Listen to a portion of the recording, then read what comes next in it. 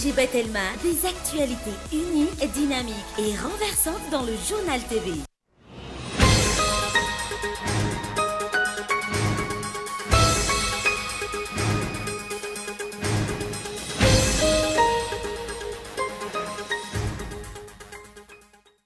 Totosa andro any tetsy amin'ny kanjany Bariany Mahamasina ny fifanitsanana ho an'ny andro faharoa iady toerana ho an'ny kanina taona 2024. Ny sarakady sala iray noray ny fifandonana teo amin'ny Bariasy ny ekipa pirenena ny Angola.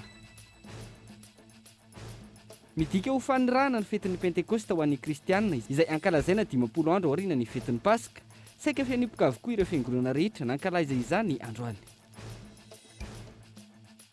Eo amin'ny maresaka iraisam-pirenena, voalohany hatramin'ny volana aprily no mankaty, niroso tamin'ny fandaroana bomba ireo fotodrafitrasa maro tao Kiev ny tafika Rosiana androany. Itoy ary amafy ny fanafiana hoy ny filoha Vladimir Poutine raha mamatsy missile de longue portée ho an'ny Ukraine ireo firenena tandrefana. Ny andindinireo arahinao afaka fotoana foy.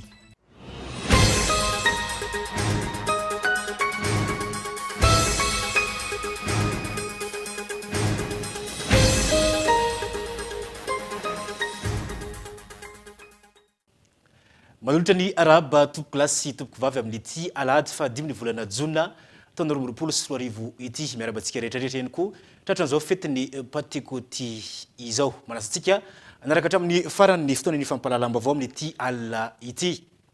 Tontolon'ny fanatanjahantena antsika mbona izany totosa androany tetsy amin'ny kianjabe ny Barea Mahamasina ny fifanitsana ho an'ny andro faharoa iadina toerana ho an'ny kanina taona 2024 fiona teo amin'ny Angola sy Madagascar izay nisaraka tamin'ny isa ray no ray. Ndiditra tao anatin'ny andro faharoa ny Barea ny Madagascar ao anatin'ny fifanitsana ho an'ny kanina taona 2024 tamin'ny ity androany ity tetsy amin'ny kianjabe ny Mahamasina. Ny andro faharoa izay naona ny Barea ny Madagascar tamin'ny ekipa ny Angola.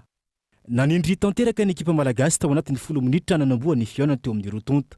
Niezaka ny nevatsiva irain'le kely sy rinjiva tao aloha tao. Ny fambalin'ny fanafiana tao rin'izay ary teo amin'ny minitra fa 15 nahita hirika iry zareo Angola saika pidball. Teo amin'ny minitra fa 4 ny lalaovana no saika amony bola voalohany ny Barea ny Madagascar tamin'ny alalan'ny njiva tolotra avy amin'ny voavo Paulin.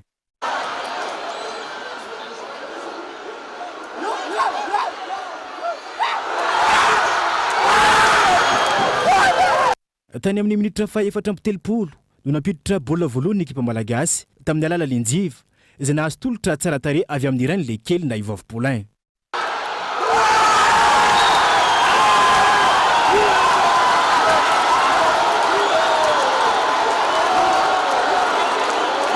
Nanasahala ny isa indrary zareo Angola taoren'izay teo amin'ny minitra fa 17 ny lalaovana izany hoe 3 minitra tsy atapera ny fizaram-potoana voalohany.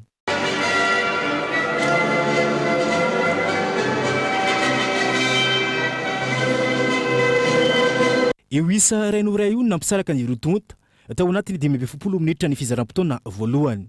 Tao anatin'ny fizaram-potoana faharoa niezaka nanindry zareo Angolaise teo amin'ny fanamboan'ny fizaram-potoana faharoa izay. Nefa maly ny fanafiana tao anatin'ny ekipa rotonta nandritra ny fizaram-potoana faharoa. Niezaka nanindry zareo Angola tao anatin'ny fizaram-potoana faharoa na maly ny fanafiana kosa ny Barea ny Madagascar.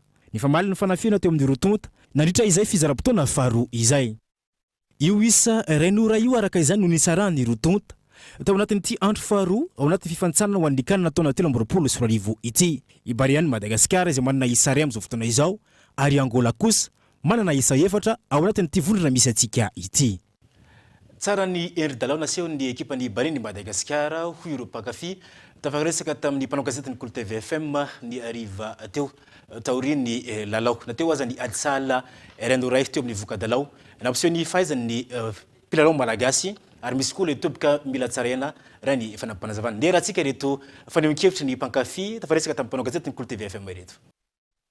Raisaray dia mba falifaly ny mpijery baolina mody dia ino izy raisaray tsisy ninona azo tenena fa raisaray niezaka ny ady miboa kely fa efa mba tsara fa 1 point mizotra mandrositsika zany 0 point dia tonga 1 point dia efa mba tsara zany. Ny lesoka tsy dia tena hita hoe ahoana tsy anjarako kosa ngamba aloha no tenen'le lesoka fa manana teknisianina tsika dia manana ny staffny izy dia izy afaka mijery.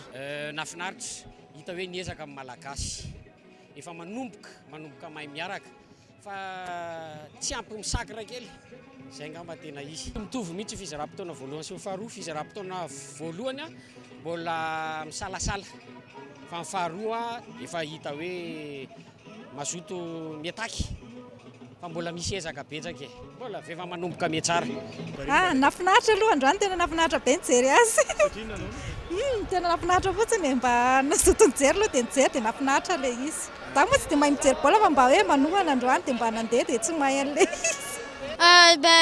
C'était assez concluant, mais 1-1 quand même. On aurait pu gagner, mais ils étaient assez forts aussi en face. C'était un peu le même niveau. Le point négatif, je pense qu'on n'était pas assez ensemble. On n'était pas assez coordonnés. Je trouve que c'était assez bien quand même. Leur technique est assez élaborée. Et voilà. Efa mandroso kely any le izy hita hoe tsampy lalao tsampy match zany tsika fa efa mba mandroso le izy efa mba mivoatra ny défensetsika efa mivoatra ny lalao zany tsy nanahaka an'le teo finaritra ka fa saignisindrisy le entraîneur tsy mamely satria le Bertrand défensif any foana ny lalan'le adversaire le Angola zany dia any foana ny lalany dia tokony soloina iny raha ny tena marina faharoa ihany koa eo amin'ny vavim-polainy tokony tsy nasorona reny mba atakantsika ilainy zay fa dia izy aloha nazanona zany tsara satria mba sahala fa le resy lava teo otrany manahira fahitako azy aloha normal fa le buteur dia après misy lesika kely fa misy varivarina kely zany le avant-centre fa indraiky normal tena normaly lalaon'ny Barea igny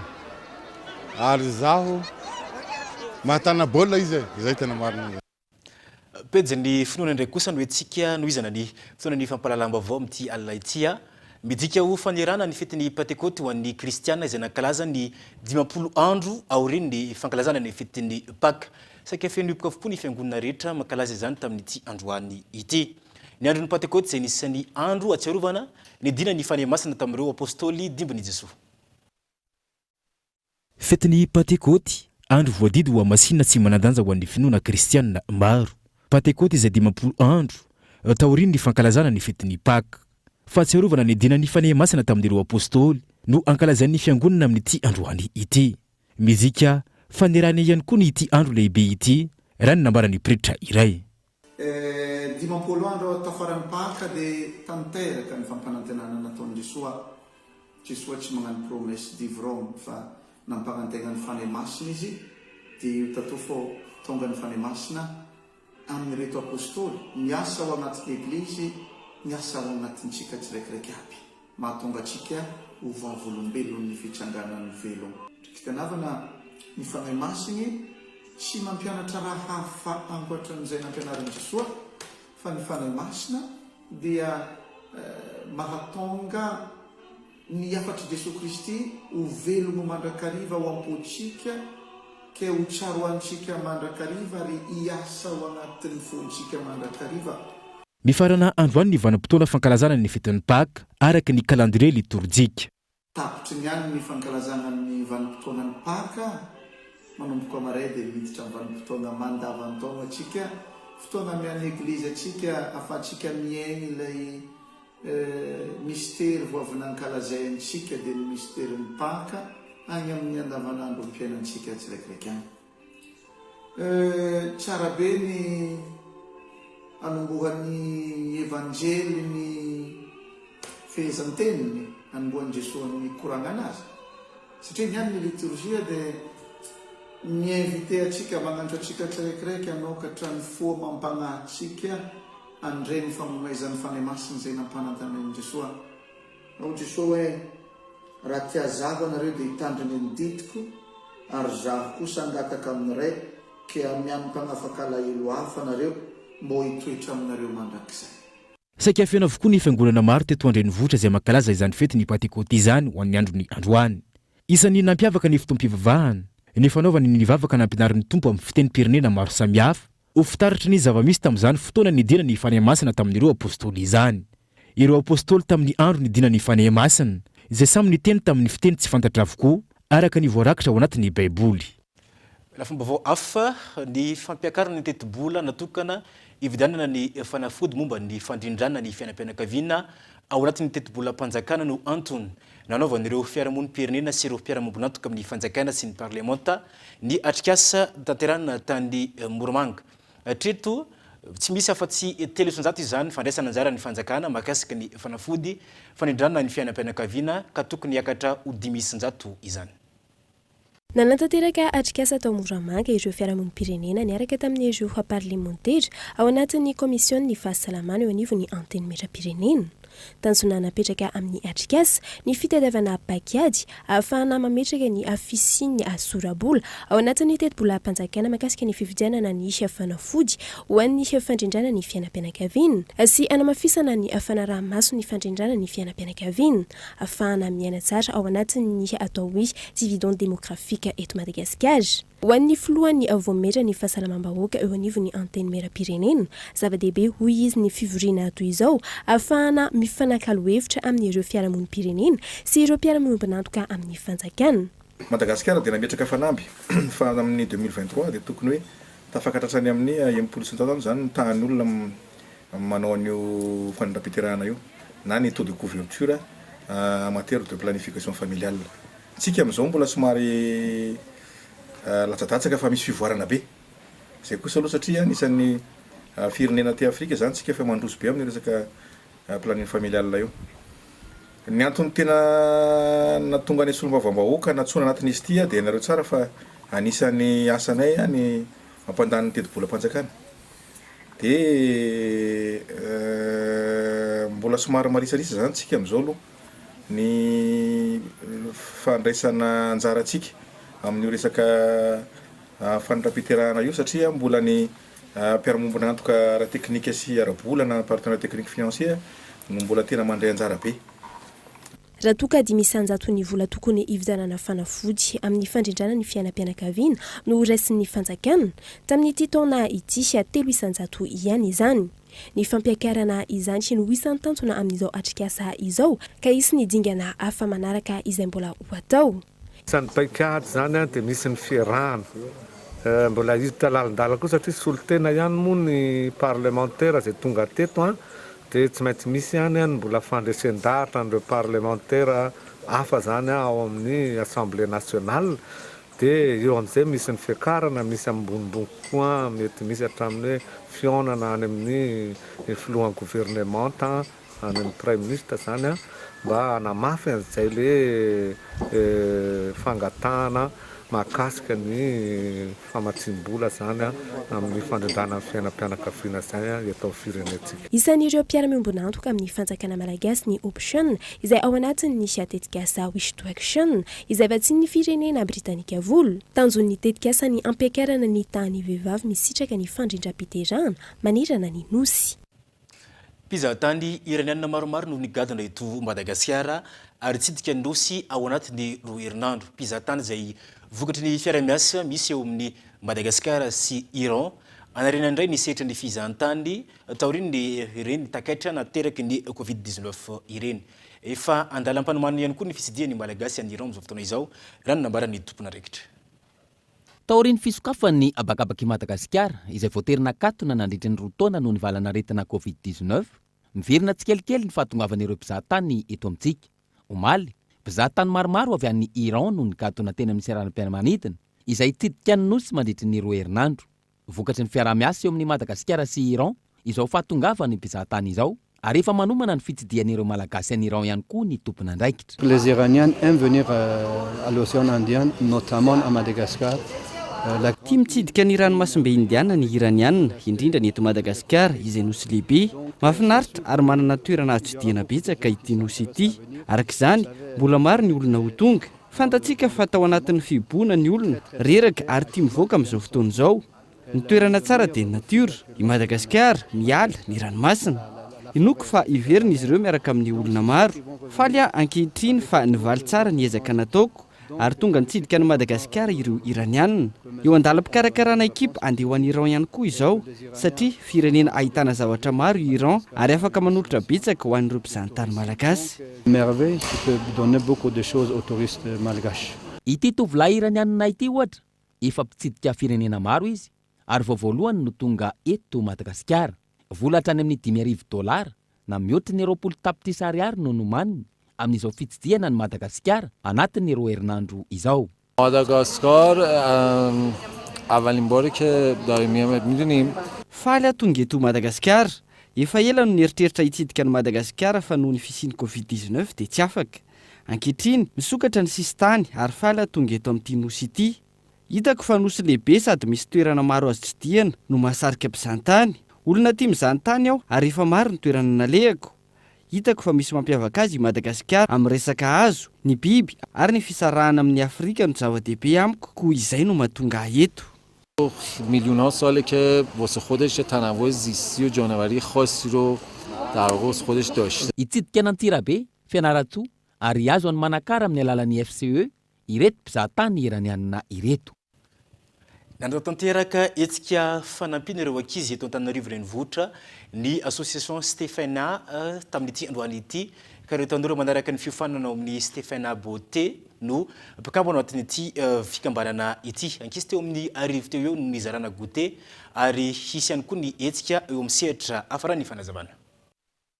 Isan'ny tanjona napetraky ny Stéphana Beauté ny anampy ireo tanora tsy afaka mianatra nefa manam-panirinana mba ho tafita ka manolotra fampiofanana maimaimpoana ny tanora ny Stéphana Beauté. Amin'izao efa maro ny etsika natao ny fikambanana Stéphane ka ireo tanora miofana ao anatin'ny Stéphana Beauté ihany no mpikambana ao anatin'izany. Tanjon'ny fikambanana ny fanampiana ireo tanora. Mba ohatran'ny hoe sensibiliser an'ilay ankizy miasa amin'ny Stéphana Beauté dia mba manao action humanitaire satria tena zay zany tena tiako zany hoe mba manome chance kely amin'ireo ankizy ireo dia tena mahafinaritra be anahy le hoe le ekipa hoe mba miara-miasa amin'izay zavatra izay hoe mba manome chance mba manome androany zao zay naka DJ hoe ampandihy kely an'zareo sady manome lesona kely fa tsy hoe manome sakafo fotsiny fa hoe mba manome espoir kely an'zareo zany hoe ny resaka éducation toujours hoe mba amin'izay mba misy avenir zareo satria les jeunes sont l'avenir de demain. Androany ireo ankizy tao Antananarivo renivohitra no nizarana goûté ka manodidina ny arivo teo ireo ankizy nisitraka izany. Nisy ihany koa ny etsika hafa izay natao ampifalifaliana ireo ankizy. Association Stéphana manao action humanitaire zany ndraindray zany la dernière fois zany zay nizara sakafo pour 1000 nécessiteux dia tamin'ity novaina kely indray natao hoe pour 1000 goûté ho an'ny ankizy zany tena priorisena hoe le ankizy kely zany. Mba hoe mba mivoatra zany zareo hoe mba misy hoe espoir zany hoe mba amena ohatrany hoe jiro kely zany any anatin' zareo hoe mba misy espoir zany pour plus tard hoe any avenir an'zareo zay. Ary amin'ireo ankizy ireo misy ankizy tena hoe migarder contact amin'zareo dia amin'izay mba plus tard hoe ampina zany zareo hoe mba hita asa koa dia mba hivoatra foana satria ny ankizy miasa amin'ny Stéphana Beauté zao nianatra an'le resaka onglerie nianatra an'le resaka beauté dia nieduquena mihitsy tao amin'ny Stéphana Beauté dia zareo zao lasa formateur lasa responsable de salon dia zay zany tena moi je pense vraiment hoe que chaque individu a sa chance d'évoluer que chaque personne hoe manana potentiel zany efa ao anatiny fa zareo fotsiny tsy manana opportunité sy occasion hoe mba pour montrer ce potentiel là pour dévoiler ce potentiel là. Tsy janona amin'izao ihany fa ivelatra amin'ny sehatra maro ny fanampiana ny ankizy sy ny tanora malagasy no tanjona napetraka ny anampy ary ametosika ireo izay sahirana. Fotoana ny doka varotra dia rehefa avy eo indray ary.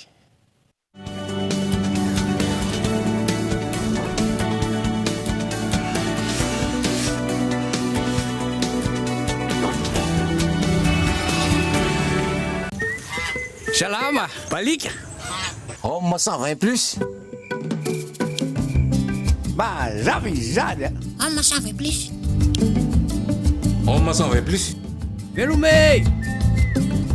Homme 120 plus, ya. Détecteur de mouvement. Vaovao be, balika homme 120 plus mandeha amin'ny herin'ny masoandro, jiro antona efatra lehibe, miampy jiro ray mirehitra rehefa mahatsikaritra fihetsehana. Mandeha amin'ny herin'ny masoandro ary afaka mahanana finday farak'izay aingana. Manomboka amin'ny 700 ariary monja isan'andro, mandrapafeninao ny vidiny manontolo. baliky mamiratra no aviko.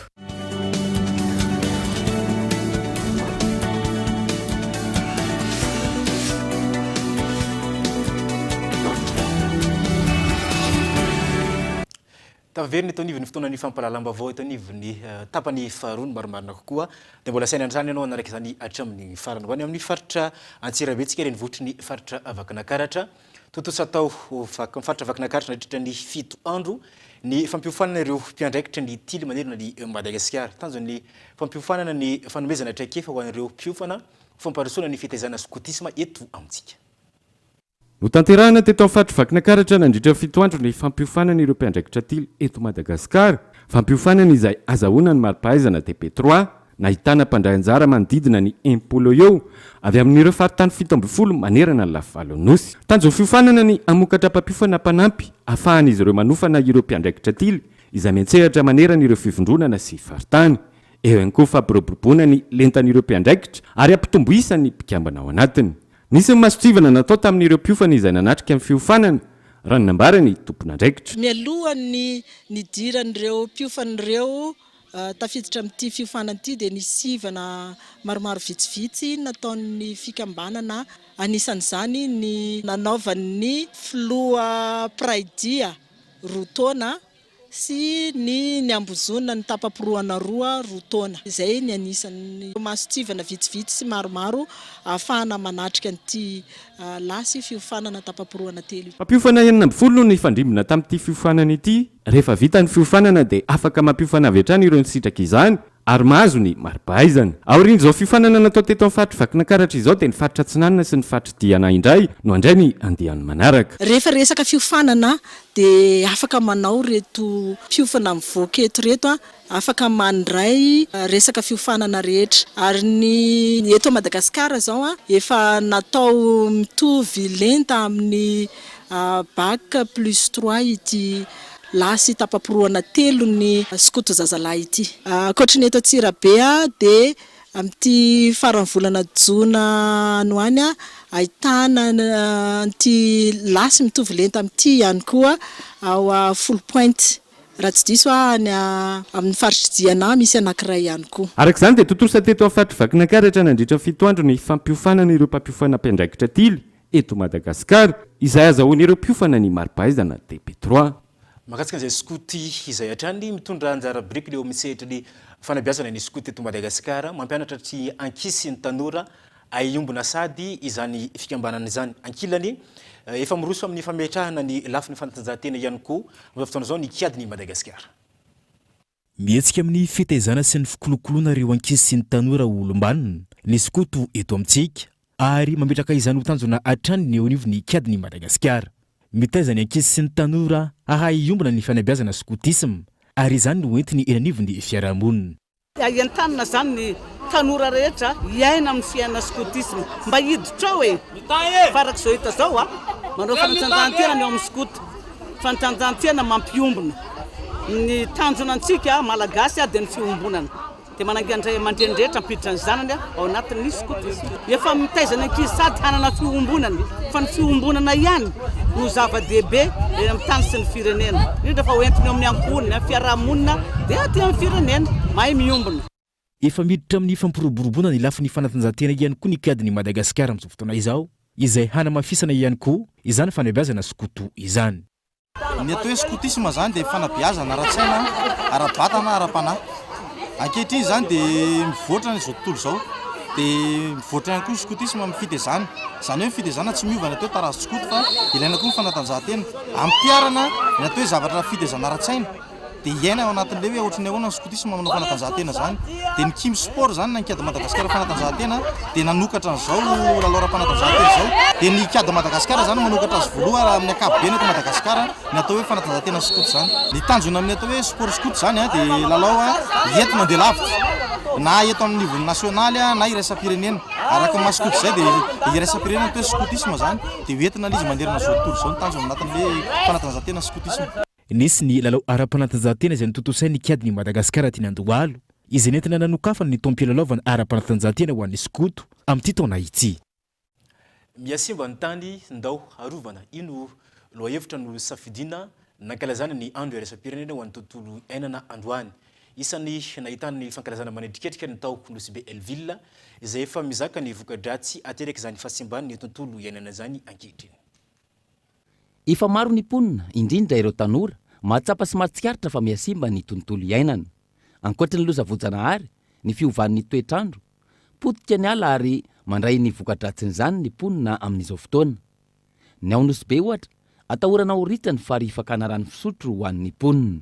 Amin'izao fotoana zao, azovo-tsy mitete fa mafana ny andro, efa tsy karaha taloha eky, tsy haiko jiaby, beibe, rovodrovotro eky satria température manonga be. Les changements climatiques, fiovaovan'ny toetrandro, vokatry ny fahasimban'ny tontolo iainana, dikan'izany ny raha mahavelo siva.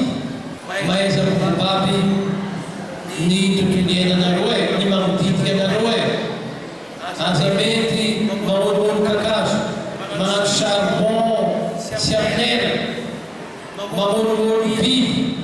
Ahetsika ireo mpianatra miankina sy tsy miankina amin'ny fanjakana, anentana eny fotony eny anivon'ny fiarahamonina, ankoatra ny hetsika ataon'ny mpitondra sy ireo manam-pahefana ary ny sampanarahana fikambanana samihafa misehatra amin'ny tontolo iainana. Arena ho antsika ny tontolo iainana indrindra ny atialaomby satria arena ho antsika olombelona sy ny biby rehetra ny atialaomby ka tokony kobabiana sy iarovana ny omby. Naveto zay za andeha entina anareo mba hiaro ny tontolo iainana satria manana importance be zay izy io amin'ny fiainana na amin'ny olombelona na amin'ny biby na amin'ny zava-maniry ka manentana anareo mba hiaro ny tontolo iainana. Manodidina antsika zanak'olombelona ny tontolo iainana, raha tsara kolokolo mamelona antsika, raha ratsy fikarakarana matetika mamono antsika olombelona ka ilaina ny fiarovana sy ny fikojakojana azy. Miankina amin'ny tontolo iainana ny fiainantsika sy ireo biby miaina eto ambonin'ny tany. Andro natokana ho fankalazana ny andro maneran-tany ho an'ny tontolo iainana ny 5 Jona. Ny hevitra ny safidiana nentina nankalaza izany tamin'ity taona ity ny hoe mihasimba ny tany andao arovana. Filaharam-be namakivaky ny tanàna no nisantarana ny fankalazana tao Nosy Be, na raha ny fanitanana sy ny fampafantarana, ny fiarovana ary ny voka-dratsy sy ny famotehana ny ala. Tontosa tamin'ity androany ity ny fampisehoana niarana tamin'ny solo andriana solo notrony ny antsany Kristy tetsy amin'ny canal Olympia iarivo. Tonga maro ny mpankafy niaranira ny fiderana tamin'ity andro ny Pentecote ity. Androany no fotoana ny fanomezan'ny solo andriana solo tamin'ireo mpankafy azy, nanakoako ny hira fiderana teny amin'ny canal Olympia iarivo.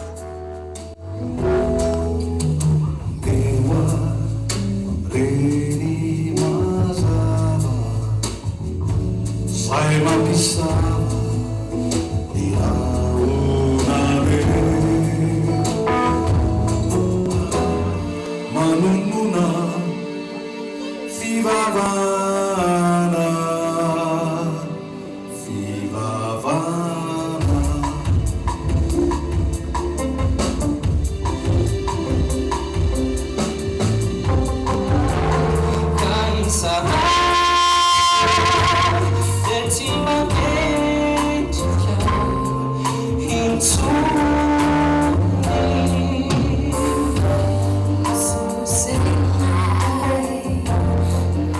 Isan'ny nanafana ity fampisehoana ity ihany koa nitarika antsany Kristy tamin'ireo hirany tsy afaka ambavany maro.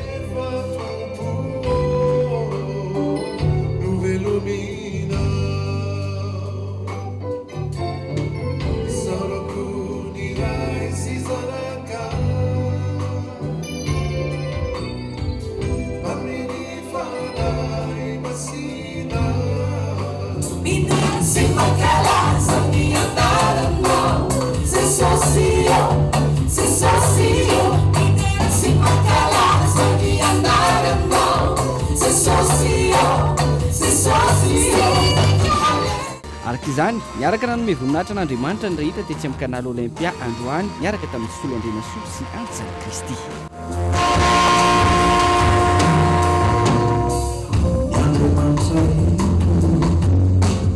Andriamanitra fitiavana tsy Andriamanitra masika mpanasana azy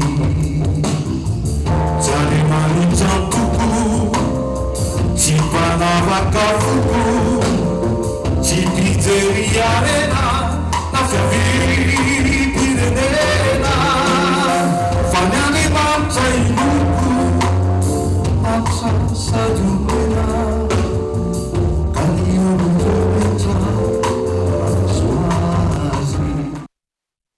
maresaka iraisam-pirenena voalohany hatramin'ny volana aprily no nakaty niroso tamin'ny fandarofana bomba anireo fodo-drafitrasa maro tao Kiev ny tafika Rosiana androany maraina itoy ary mafy zany fanafiana zany raha nambaran'ny filoha Vladimir Poutine raha mamatsy missile de longue portée ho an'ny Ukraine ireo firenena tandrefana.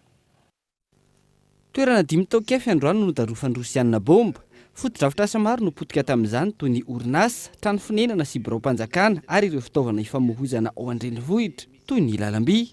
Raha nambarany tafika anabakabaka Ukrainiana nenga avy amin'ny ranomasin'ny Caspien ireo tifitra, ambaran'izy ireo fa misily guidé no nampiasain'ny Rosiana tamin'izany.